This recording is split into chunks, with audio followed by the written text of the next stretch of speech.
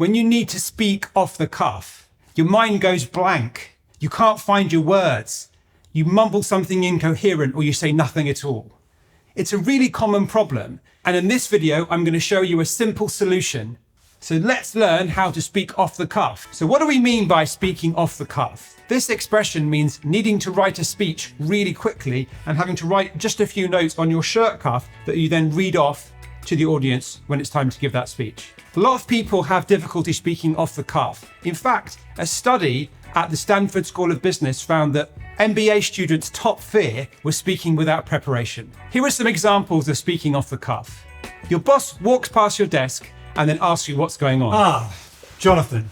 Tell me. Hi, John. What are you working on right now? Well, I've writing some emails, checking some web pages, or you might be called on during a meeting. Now, I'm going to ask Jonathan this one. What should we focus on next? Well, I think it's really important that we focus on the customers, or you may be asked to justify a decision without warning. Now, Jonathan, can you explain to the team why you decided to go with electric purple for the corporate website?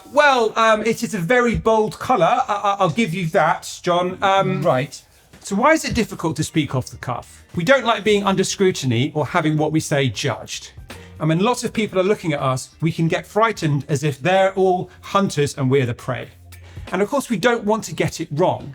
And when we're under pressure, we tend to panic or freeze. So here's what we think a successful off-the-cuff speech looks like. Someone who's confident. You might think people are naturally confident. You might say, oh, she's a natural communicator, as if they're reading a script in their heads or they mind reading. But nobody was born like this. They're not naturals. They learned how to communicate in this way. They tried, they got feedback, they failed, they tried again. And you can do the same thing too.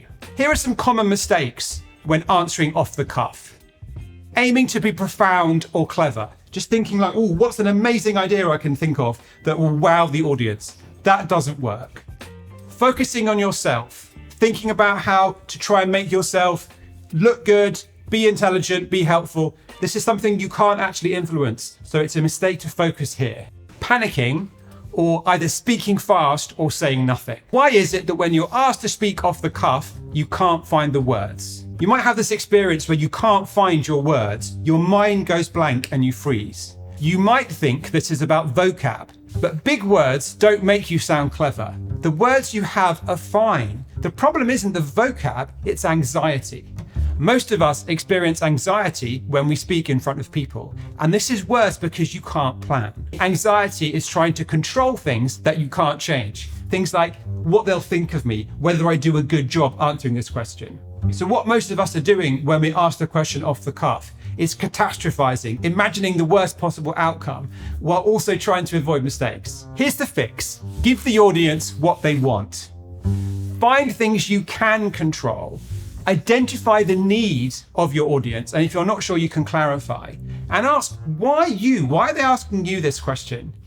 They probably want something quite mundane, something that to you is obvious or simple, but to them is useful or important. Jonathan, how's Project Z going? Project Z, absolutely. It's our youth rebrand. I've been getting down with the kids, trying to look on TikTok, understand what the main trends are so that we can redesign what we're doing to be more engaging for those people. Fantastic. That's exactly what we like to see in this company.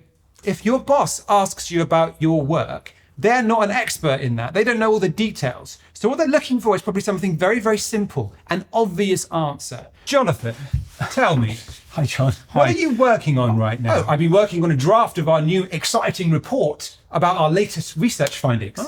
Yes. You can't control what they think of you, but you can control their experience of talking to you by trying to give them what they want. And often that's something very obvious to you, something very easy for you to say. Jonathan, why did we decide to go with electric purple for the company website? The company colour is purple, and there was a number of shades we could choose from. And yes, but it's very bright. Well, Bob said that was your favourite colour. Really? Did I say that? Well, that's what he said. Bob, is this true? Don't you like it?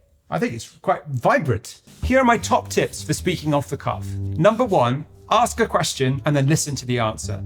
Clarify why they're asking you for something and what they're looking for, and then listen. And that will give you what you need to give them the obvious answer that will meet their needs. Jonathan, What are you working on? Oh, why do you want to know that? I've heard some great things about the work you're doing, and I wanted to understand a bit more about it for myself. Number 2, imagine you're them. As you look at them, think, what is it they're looking for? What do they care about? What's the thing that matters to them? And then try and give them the most obvious answer that will meet that. Number 3, make eye contact. Try and relax, look them in the eyes, and try and think about what it is they want. And then do your best to give it to them. And often just that connection of looking at someone can snap you out of the mood of anxiety and into that mood of sharing what you know to help them get what they need. Number 4, leave a gap. Because we get stressed and we panic when we're under pressure, we can sometimes talk too much. This tip is about leaving a little space. So saying a bit and then stopping and seeing, is there a reaction? Have they got a question? Are they receiving the information? Just that small gap can help you to come across more naturally and improve the flow. And number 5, get to Q&A.